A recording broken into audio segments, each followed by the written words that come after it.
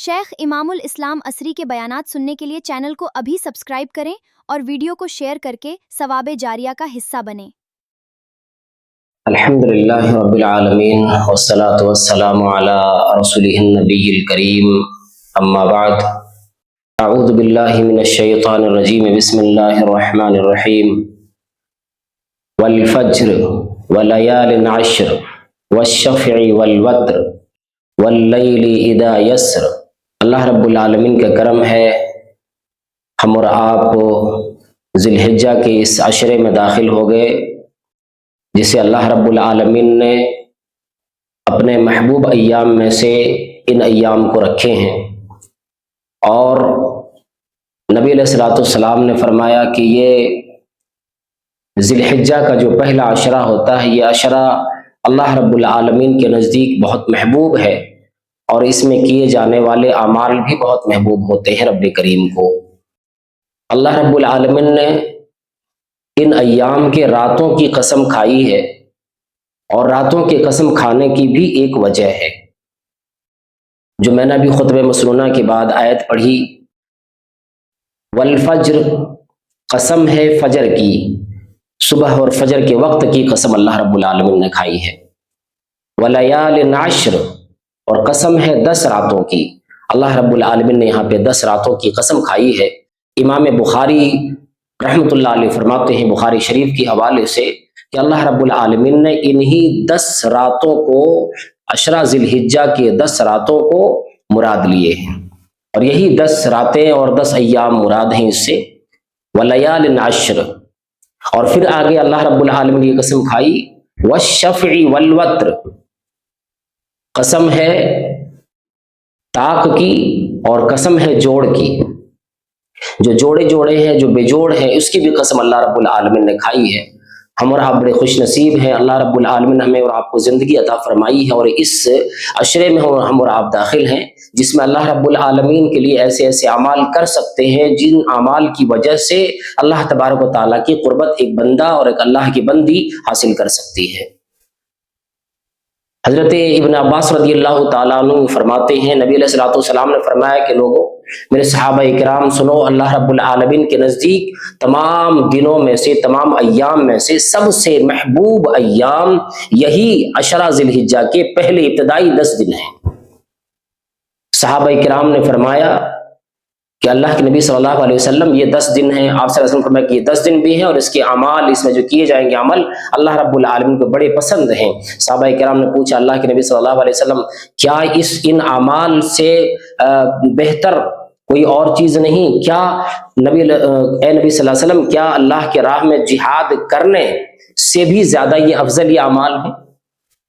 तो अल्लाह के नबी सल्लल्लाहु अलैहि वसल्लम ने जवाब में फरमाया कि हाँ, ये अमाल जिहाद फी सबीलिल्लाह से भी ज्यादा महबूब हैं, इल्ला ये कि कोई आदमी अपने माल, अपनी सवारी, अपने जायदाद, अपनी जान लेकर के मैदान कारज़ार में गए, फिर वहां से कोई चीज लेकर वापस ही नहीं आए, यानी वो शहीद हो गए, शहादत का दर्जा पा लिया, तो एक अलग मर्तबा है वो।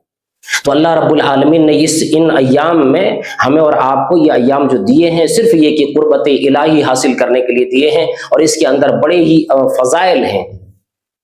हजरत इब्न उमर रज़ियल्लाहु ताला अन्हु फरमाते हैं, नबी अलैहिस्सलाम ने फरमाया कि ये अय्याम इतने ज्यादा महबूब हैं अल्लाह रब्बुल आलमीन के कि आप सल्लल्लाहु अलैहि वसल्लम खुद इसमें ज्यादा मेहनत किया करते थे, अमाल भी किया करते थे और ज्यादा से ज्यादा नेक अमाल करने के लिए लोगों को भी कहते थे, सहाबा इकराम से भी फरमाते थे। और खुद हजरत इब्न अब्बास, हजरत इब्न उमर रज़ियल्लाहु ताला अन्हु, अबू हुरैरा रज़ियल्लाहु ताला अन्हु इन अय्याम में गलियों में निकल जाते थे, बाजारों में निकल जाते थे और वहां निकलने के बाद फिर आप दोनों जोर जोर से तकबीरात कहते थे। जैसे अल्लाह रब्बुल आलमीन के नजदीक इन अय्याम में जो अमाल है, जैसे बदनी अमाल हो, नमाज नवाफिल का एहतमाम बंदा करे, नमाज पढ़े, उसी तरह से रोजे का एहतमाम, जो नवाफिल रोजे हैं, नफिल रोजे हैं, उन रोजों का भी एहतमाम करे और उनके साथ साथ अपनी जबान से भी सुबहान अल्लाह, अल्हम्दुलिल्लाह, अल्लाहु अकबर या सुबहान अल्लाहि व बिहम्दिही व सुबहान अल्लाहिल अज़ीम, जो एक इंसान के लिए बड़े ही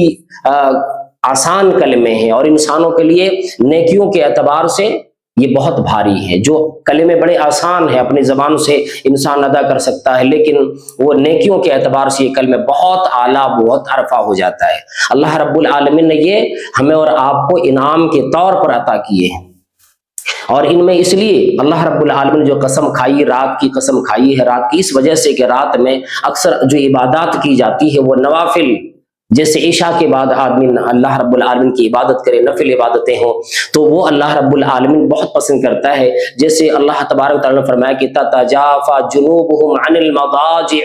يدعون ربهم خوفا وطمعا ومما رزقناهم ينفقون، کہ اللہ رب العالمین کے وہ نیک بندے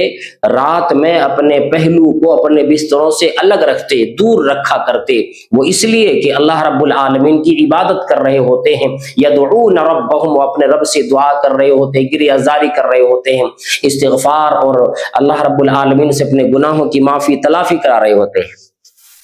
اللہ تبارک و تعالیٰ سے معافی مانگ رہے ہوتے ہیں۔ یدعون ربهم، اللہ اپنے رب سے دعا مانگ رہے ہوتے ہیں، کیسے؟ خوفا و طمعا، ایک تو یہ دل میں خوف ہوتا ہے رب کریم کے سامنے ہمیں جانا ہے، اپنے حساب دینا ہے، اپنی زندگی کے ہر لمحے کا حساب دینا ہے، اپنے ہر اعمال کا حساب دینا ہے، ایک ایک سانس کا حساب دینا ہے۔ اور دوسری یہ کہ طمع، اس کو ایک امید بھی بنی ہوئی ہوتی ہے، میں یہ اعمال کروں گا، امید مجھے یہ ہے، مجھے خواہش یہ ہے، میری لالچ یہ ہے کہ اللہ تبارک و تعالیٰ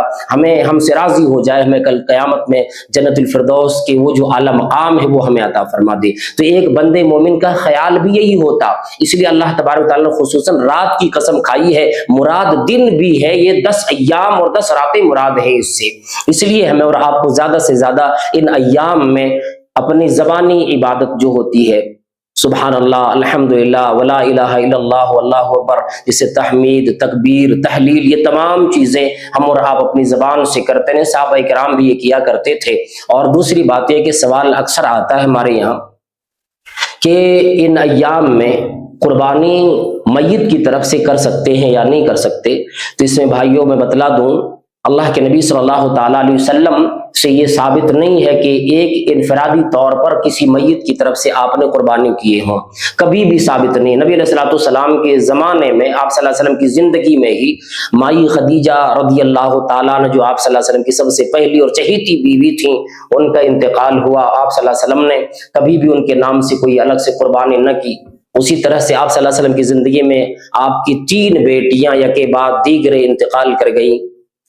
ان بیٹیوں کے میں سے کسی ایک کے نام سے بھی آپ نے ویسی قربانی نہیں کی۔ اسی طرح سے آپ صلی اللہ تعالیٰ علیہ وسلم کے چچا جو بہت چہیتے تھے، حضرت حمزہ رضی اللہ تعالیٰ جو سید الشہداء ہیں، رب کریم کے فضل سے ان کے نام سے بھی آپ نے کبھی ایسی قربانی نہیں کی۔ ہاں ضمناً کوئی آدمی قربانی دے رہا ہو، ضمناً